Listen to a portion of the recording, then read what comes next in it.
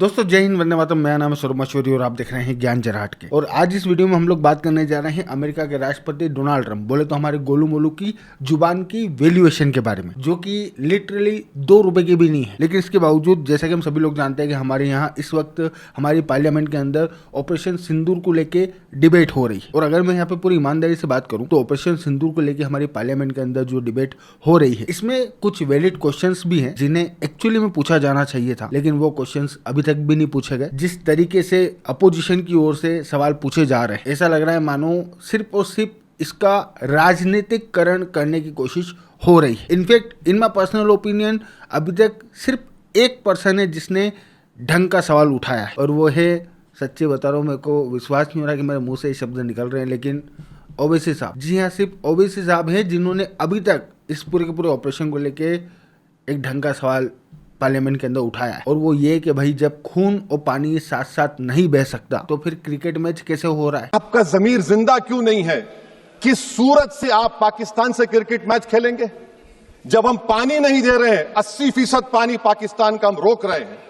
ये कहकर के पानी और खून नहीं बहेगा, आप क्रिकेट मैच खेलेंगे? मैडम, मेरा जमीर तो गवारा नहीं करता कि मैं उस मैच को देखूंगा। और ऑनेस्टली आज की तारीख में मेजोरिटी कंट्री नहीं चाहती कि पाकिस्तान के साथ में हमारा क्रिकेट मैच हो। और इस बात पे मेरे हिसाब से सरकार को घेरा भी जाना चाहिए और इस बात पे सरकार की आलोचना भी होनी चाहिए। प्लस जिस तरीके से गवर्नमेंट ने सीज फायर एक्सेप्ट किया, मतलब एक तरफ भारत सरकार में बैठे हुए लोग ये क्लेम कर रहे हैं कि भाई हम एक तरफा हावी थे और पाकिस्तान जो है वो पूरी तरीके से बैकफुट पे था, तो फिर ये सवाल पूछना तो बनता है। और वाकई में सवाल पूछा जाना चाहिए कि भाई जब इस तरीके का सिनेरियो था, और वाकई में इस तरीके का सिनेरियो था, क्योंकि सचमुच में पाकिस्तान की स्थिति बहुत ज्यादा खराब थी, लेकिन इसके बावजूद हमारी ओर से इस तरीके से, इस वे में सीज फायर एक्सेप्ट किया गया कि पाकिस्तान को सीधे सीधे ना सिर्फ स्केप रूट मिला बल्कि हमारे लिए प्रॉब्लम खड़ी हो गई। सो जिसने भी इस पूरे के पूरे मामले को हैंडल किया है उससे सचमुच में सवाल पूछा जाना चाहिए कि आपने इस तरीके से इस मामले को हैंडल क्यों किया। बट हमारे यहाँ तो विपक्ष में बैठे लोग भलते ही सवाल पूछ रहे हैं। खैर जो कुछ भी हो, अब ये विपक्ष का हक है, चुनाव जीत के संसद में पहुंचे हैं तो वहां पे वो जो चाहे वो पूछ सकते हैं। जनता के सवालों से ना सरकार को कोई लेना देना है,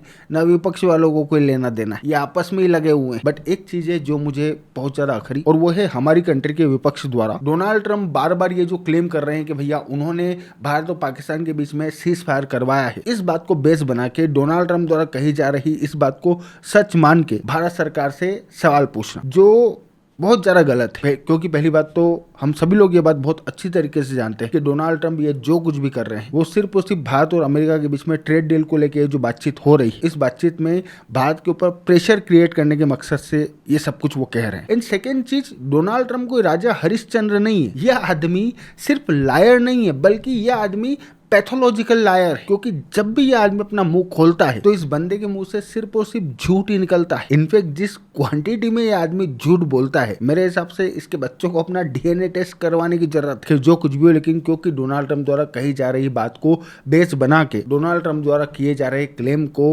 आधार मान के हमारे यहाँ सरकार से सवाल पूछे जा रहे हैं और भारत सरकार में बैठे लोगों को झूठा बताया जा रहा है, ये बहुत ज्यादा गलत है। और इसी वजह से मुझे लगा कि आप लोगों को पता होना चाहिए कि डोनाल्ड ट्रंप किस तादाद में झूठ बोलते हैं। सो शुरू करते। 22 जुलाई 2025 डोनाल्ड ट्रंप ने अपने social media platform truth social पे यह क्लेम किया कि भैया जापान और अमेरिका के बीच में जो ट्रेड डील हुई है उसमें डोनाल्ड ट्रंप के कहने पर जापान वालों ने $550 बिलियन अमेरिका में इन्वेस्ट करने के लिए ना सिर्फ हाँ भरी है, बल्कि इस इन्वेस्टमेंट पे जो प्रॉफिट होगा उसका 90% हिस्सा अमेरिका रखेगा। ये डोनाल्ड ट्रंप ने क्लेम किया, जबकि इन रियलिटी ये पूरी तरीके से साफ सफेद झूठ है। क्योंकि सबसे पहली बात तो ये जो $550 बिलियन का फिगर डोनाल्ड ट्रंप डाल रहे हैं, ये फिगर ही गलत है। एक्चुअल फिगर जो कि डोनाल्ड ट्रंप के ब्रीफिंग कार्ड पे लिखा हुआ था वो $400 बिलियन का है। प्लस जापान के जो ऑफिशियल्स हैं उनकी ओर से ये बात भी बोली गई है कि इन्वेस्टमेंट का ये जो अमाउंट है ये जापान की ओर से कोई फर्म कमिटमेंट नहीं है, इसे आप एक तरह से केप मान के चलो। प्लस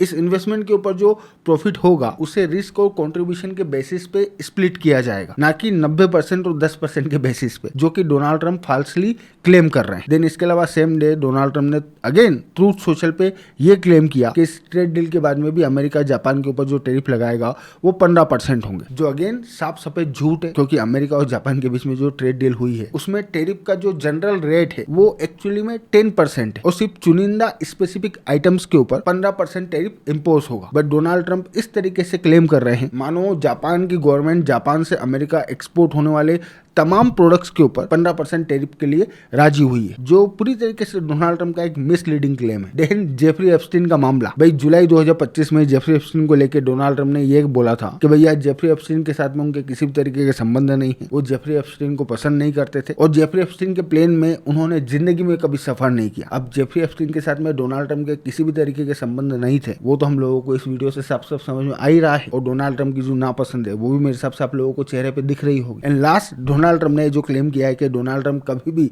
जेफरी एप्स्टीन के साथ उसके प्लेन में नहीं गए, ये बात भी साफ सफेद झूठ है, क्योंकि फ्लाइट लॉग के जो रिकॉर्ड्स होते हैं वो रिकॉर्ड्स साफ साफ ये बात बोलते हैं कि 90 के दशक में डोनाल्ड ट्रंप जेफरी एप्स्टीन के साथ में उसके प्लेन के अंदर एक बार नहीं बल्कि बहुत बार पालम बीच से न्यूयॉर्क गए। प्लस इसके अलावा अभी जुलाई 2025 में ही वॉल स्ट्रीट जर्नल ने एक रिपोर्ट पब्लिश करी, जिसमें वॉल स्ट्रीट जर्नल ने ये बोला है कि 2003 में जब जेफरी एप्स्टीन का बर्थडे था, तो उस बर्थडे पे डोनाल्ड ट्रंप ने जेफरी एप्स्टीन को एक पत्र भेजा था, और उस पत्र में डोनाल्ड ट्रंप ने अपनी हाथों से एक महिला की नग्न पेंटिंग बनाई थी, जिसको लेकर डोनाल्ड ट्रंप ने ये क्लेम किया था कि भैया वो ऐसा काम कर ही नहीं सकते, ये उनका स्टाइल है ही नहीं, वो जब भी किसी को पत्र भेजते हैं तो उसमें से पेंटिंग नहीं बनाते। जबकि हिस्ट्री में एक नहीं बल्कि ऐसे बहुत सारे एग्जांपल्स हैं जब डोनाल्ड ट्रंप ने लोगों को ग्रीटिंग या पत्र भेजते समय उन ग्रीटिंग और लेटर्स के ऊपर अपने हाथों से पेंटिंग्स भी ड्रॉ करी। इनफैक्ट 2005 में इन्हीं के द्वारा भेजा गया एक लेटर जिसके ऊपर इन्होंने पेंटिंग बनाई थी, वो $29,000 में बिका भी है, और ये इन्फॉर्मेशन पब्लिकली अवेलेबल है। प्लस इसके अलावा डोनाल्ड ट्रंप ने ये भी क्लेम किया है कि भैया वो प्रिंस एंड्रू यानी कि यूके के राजघराने के जो प्रिंस हैं, जिनका नाम जेफरी एप्स्टीन के साथ में ना सिर्फ जुड़ा था बल्कि साबित भी हो चुका है कि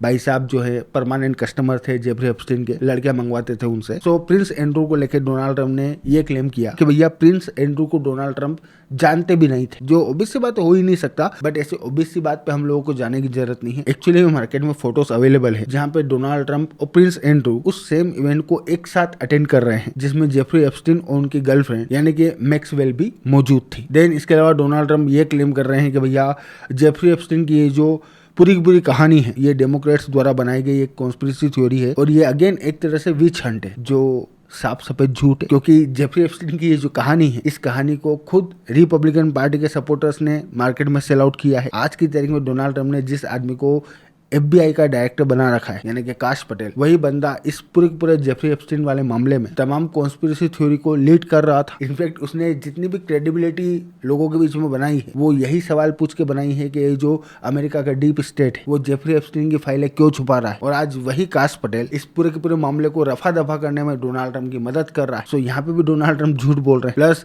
जेफरी एप्स्टीन की जो फाइलें हैं, अकॉर्डिंग टू सोर्सेज, इसमें बहुत सारी जगह पे डोनाल्ड ट्रंप का नाम मेंशन है। सो अगेन झूठ। देन 5 मार्च 2025 को डोनाल्ड ट्रंप ने ये क्लेम किया था कि क्लाइमेट इशू को लेके जो पेरिस अकॉर्ड हुआ है उसकी वजह से अमेरिका को ट्रिलियंस ऑफ डॉलर का नुकसान हो रहा है, जो अगेन साफ सफेद झूठ है, क्योंकि again according to reports Paris accord की वजह से साल 2025 में अमेरिका को मैक्स टू मैक्स $250 बिलियन का GDP लॉस हो सकता है, और ठेठ 2040 में जाके ये लॉस $3 ट्रिलियन के आंकड़े को टच करेगा। बट ये जो लॉस है, ये लॉस सिर्फ और सिर्फ फॉसिल फ्यूल इंडस्ट्री तक ही लिमिटेड होगा, बट इसकी वजह से ग्रीन एनर्जी और क्लीन एनर्जी वाले सेक्टर्स में जो जॉब क्रिएट होगी उसे यहाँ पे कंसिडर भी नहीं किया जा रहा है। So again Donald Trump false claim करके फॉल्स इन्फॉर्मेशन सेल आउट कर रहे हैं। देन फरवरी 2025 में डोनाल्ड ट्रंप ने ये क्लेम किया था कि भैया डोनाल्ड ट्रंप के फर्स्ट शासनकाल में अमेरिका के अंदर 0 इन्फ्लेशन था, जो अगेन साफ सफेद झूठ है, क्योंकि अकॉर्डिंग टू ऑफिशियल डेटा साल 2017 से लेकर 2021 के बीच में अमेरिका के अंदर ईयर टू ईयर इन्फ्लेशन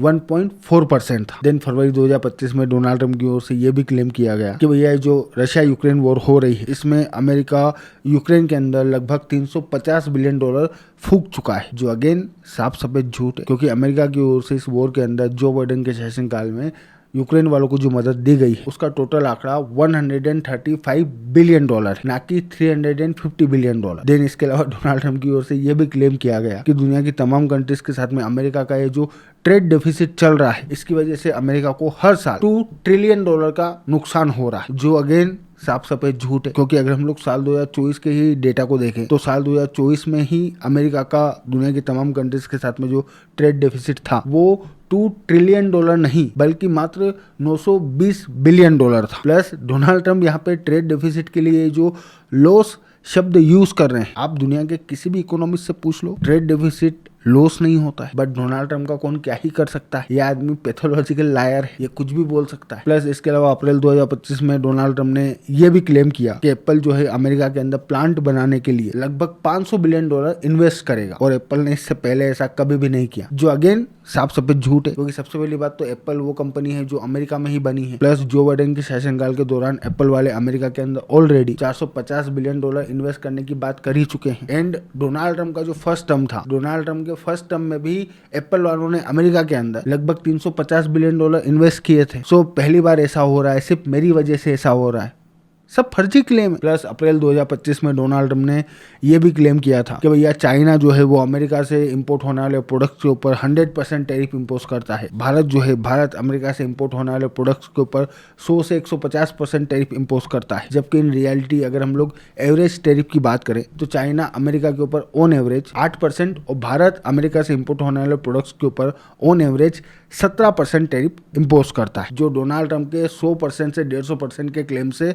बहुत कम है। देन इसके अलावा अप्रैल 2025 में डोनाल्ड ट्रंप ने एक इंटरव्यू के अंदर ये भी क्लेम किया कि सिर्फ और सिर्फ डोनाल्ड ट्रंप की लीडरशिप की वजह से आज की तारीख में अमेरिका के अंदर अलग अलग कंपनीज द्वारा प्लांट्स और फैक्ट्रीज बनाने के लिए $60 ट्रिलियन का इन्वेस्टमेंट आ चुका है। जबकि खुद व्हाइट हाउस द्वारा पब्लिश किए गए डेटा के हिसाब से अब तक टोटल इन्वेस्टमेंट मात्र $1.5 ट्रिलियन का है। और इसमें से भी बहुत सारे प्रोजेक्ट्स ऐसे हैं जो कि जो बाइडेन के शासनकाल में शुरू हुए हैं, जैसे कि इंटेल का और TSMC वालों का सेमीकंडक्टर वाला प्लांट। सो ये भी साफ सफेद झूठ है। प्लस इसके अलावा भी 50 झूठ है जो सिर्फ और सिर्फ पिछले 6 महीने में डोनाल्ड ट्रंप ने बोले हैं। अगर मैं सारे ही झूठ इंक्लूड करूं तो उसके लिए मेरे को 2-2.5 घंटे का वीडियो बनाना पड़ेगा। सो वो आदमी जिसके मुंह से सिर्फ और सिर्फ झूठ निकलता है, जिसकी जुबान की और बात की 2 रुपए की वैल्यूएशन नहीं है, जो आदमी आपके मुंह पे आपको प्रॉमिस करके उससे पलट जाए, उस आदमी द्वारा किए जा रहे क्लेम को लेके हमारी देश की गवर्नमेंट, हमारे देश की आर्मी के ऊपर सवाल उठाना ये बहुत गलत चीज़ है। और पर्सनली मेरे हिसाब से